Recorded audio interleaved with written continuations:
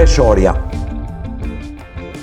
Kam folur, apo jam referuar, edhe herë tjetër poetit mistik persian Jalal ad-Din Muhammed Rumi, që është i shenjës peshores. Në një nga poezitë e tij ai thotë: "Mos kujto se gjatë dimrit kopshti e humbet bukurinë e tij. Duket si i thatë e i djerë, por poshtë rënjët janë në vlim, jetojnë e bëhen gati për pranverën."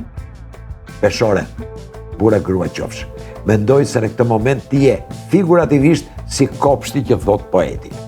Duket parë kështu nga jashtë, duket sikur je pak i përgjumur, si pa energji, si i fjetur, as fjalët sikur nuk ju dalin, por unë e di, se e thon yjet, që ti, o Peshore, bura grua qofsh, je në fazën e rikarikimit të baterive.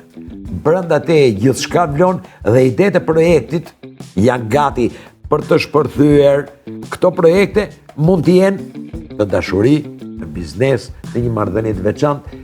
Këtë e dini ju se ku. Shpejt do ta merrni vesh se ku. Punë të mbar ose ndoshta edhe rrugë të mbar.